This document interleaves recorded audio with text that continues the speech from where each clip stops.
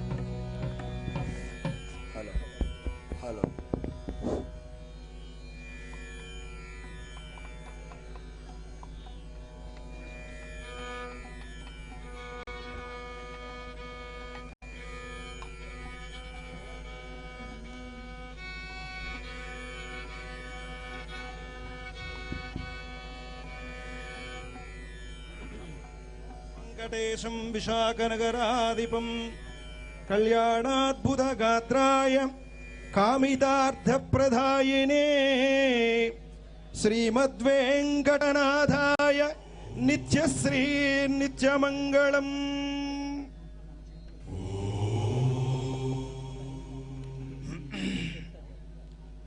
రామాయ రామభద్రాయ రామచంద్రాయ వేదసే రఘునాథాయ నాదాయ సీతాయ పతయే నమః.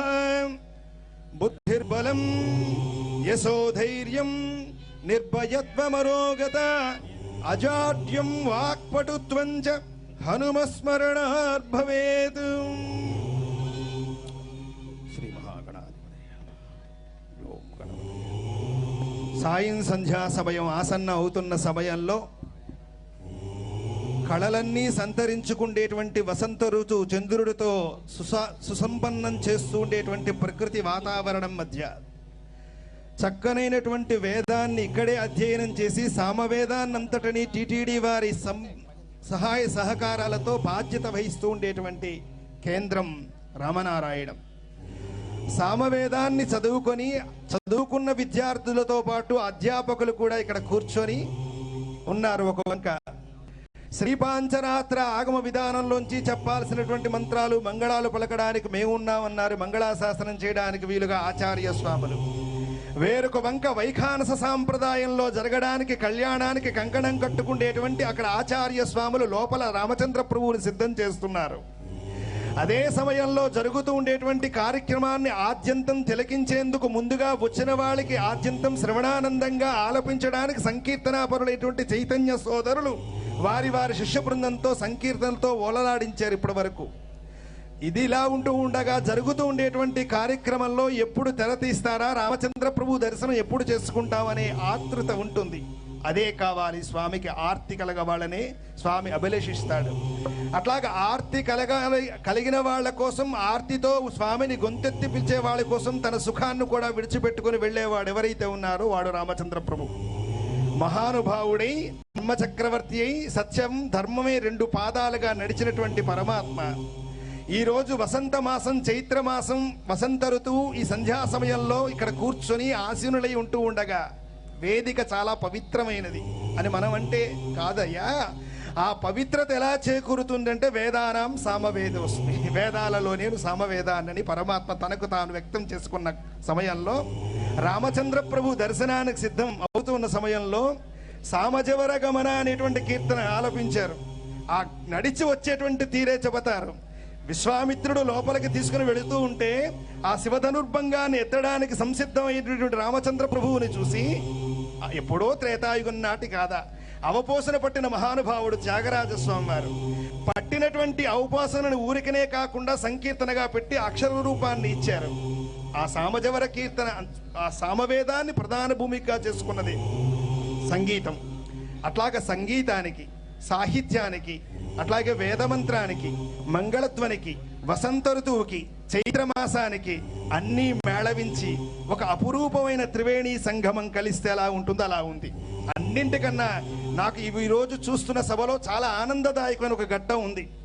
ఆద్యంతం వెంకటేశ్వర స్వామిని హృదయాంతరాల్లో పెట్టుకుని టీటీడీ ఎగ్జిక్యూటివ్ ఆఫీసర్గా కొంతకాలం తిరుమల తిరుపతి దేవస్థానాన్ని వెంకటేశ్వర స్వామి వారి దివ్య కటాక్షం చేత నడిపించి ఇప్పుడు ధార్మిక సలహా మండలికి ప్రధాన భూమిక వహించి ఉన్నటువంటి సర్వసంభవం అనే ఒక పత్రికతో లేదా ఒక రచనతో, అది మహాగ్రంథమే నా దృష్టిలో, తన అనుభవాన్ని ప్రపంచానికి సాధించాలి అనుకునేటువంటి సాధకుడికి ఒక సాధనా మార్గాన్ని నిర్దేశించింది.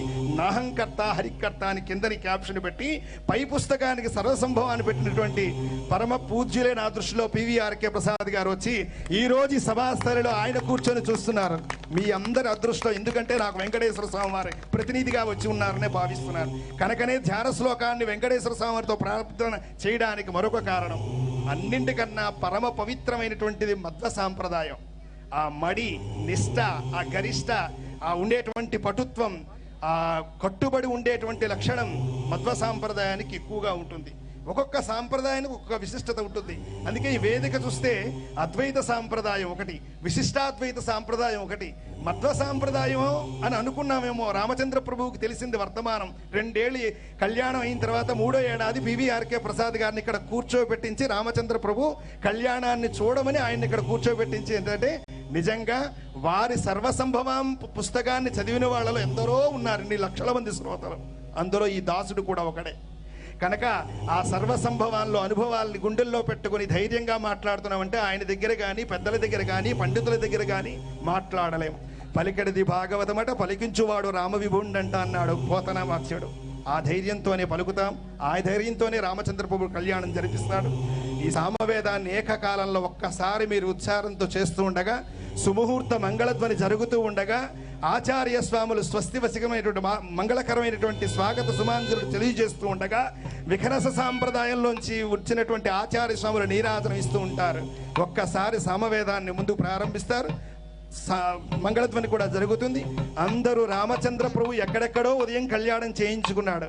సాయం సంధ్యా సమయం కళ్యాణం మాత్రం విజయనగరంలో రామనారాయణ కేంద్రంలో మాత్రమే చేయించుకుంటున్నాడు.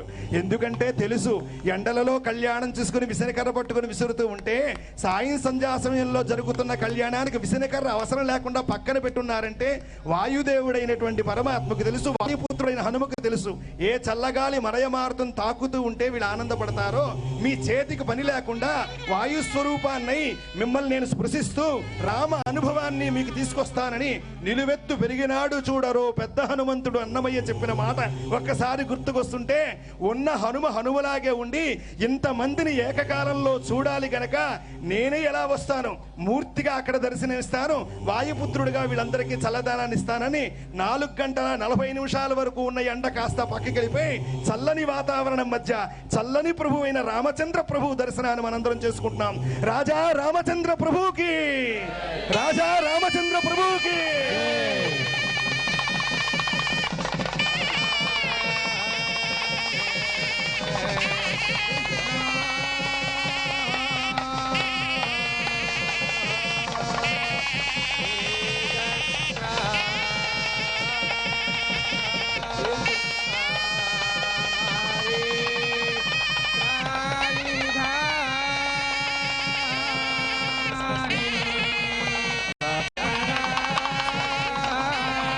रामचंद्र भगवान की, लो रामचंद्र भगवान की.